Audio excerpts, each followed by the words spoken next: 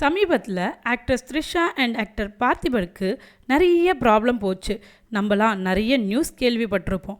இப்போ புதுசாக ஒரு ப்ராப்ளம் என்னென்னா, கொஞ்ச நாளைக்கு முன்னாடி ஒரு அவார்ட் ஃபங்க்ஷனில் பொன்னியின் செல்வம் மூவியில் குந்தவி கேரக்டரை பற்றி பேசியிருந்தார் நம்ம பார்த்திபன். நெக்கலா த்ரிஷாவை குந்தவி நீ வீட்லேயே குந்த வச்சா நல்லதுன்னு கலாய்ச்சிருக்காரு.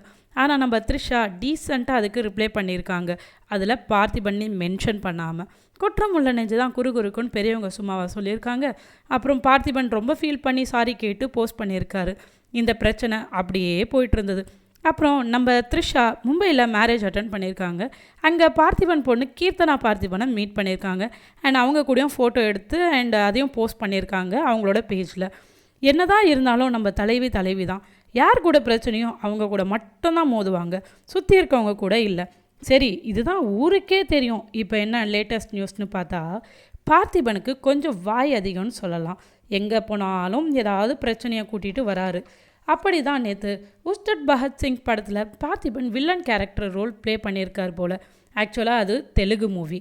அந்த மூவியோட ரிலீஸ் செரமனியில் நேற்று நடந்திருக்கு. அப்போது நம்ம தலைவர் பார்த்திபன் பேசியிருக்கார். என்னென்னா, நானும் நாயுடு பையன்தானுங்கோ அப்படின்னு சாதியை பற்றி பெருசாக பேசியிருக்காரு. ஆனால் என்ன பண்ணுறது, தமிழ்நாட்டில் இருந்து வளர்ந்ததுனாலே தமிழ்லையே பேசி பழகிட்டேன்.